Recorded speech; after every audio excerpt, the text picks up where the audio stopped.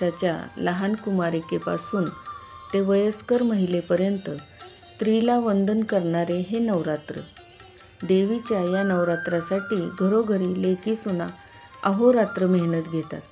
आपापल्या प्रापंचिक प्रश्नातून मार्ग काढण्यासाठी, मुलाबाळांसाठी, अखंड सौभाग्य प्राप्तीसाठी मनोभावे देवीच्या सेवेत स्वतःला झोकून देतात. सगळे वातावरण कसे चैतन्यमय होते.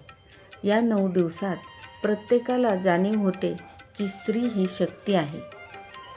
थोडा रोजच्या धावपळीतून वेळ काढून स्त्रिया स्वतःमध्ये या काळात रमून जातात. प्रत्येकजण आपल्या जीवनातील झाकली मूठ 1.25 लाखाची बंद करून ठेवते आणि चैतन्यमय मुखवटा धारण करून विविध रंगांच्या साड्या परिधान करून जीवनाच्या रंगमंचावरील कलाकार बनून जाते. उद्याच्या सकारात्मक बदलाची ज्योत मनात तेवती ठेवते. देवीची पंचारती सजवते.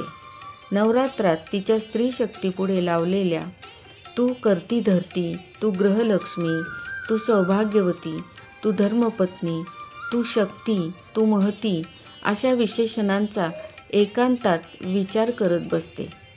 तरी पण मुलांवर संस्कार करणारी, शुभंकरोतीचे पाठ शिकवणारी, पोहायला न येणाऱ्या श्यामला जबरदस्तीने पाण्यामध्ये पोहायला शिकायला लावणारी, श्यामच्या आईसारखी प्रसंगी संकटाचा सामना करताना दुर्गावतार धारण करणारी, नोकरी करत असल्याने लक्ष्मी, अतिथी धर्म निभावताना गृहलक्ष्मी, घरातल्यांचे पोषण करताना अन्नपूर्णा, घरातल्यांचा आधारवड होताना संतोषी माता, ही सगळी तिचीच रूपे.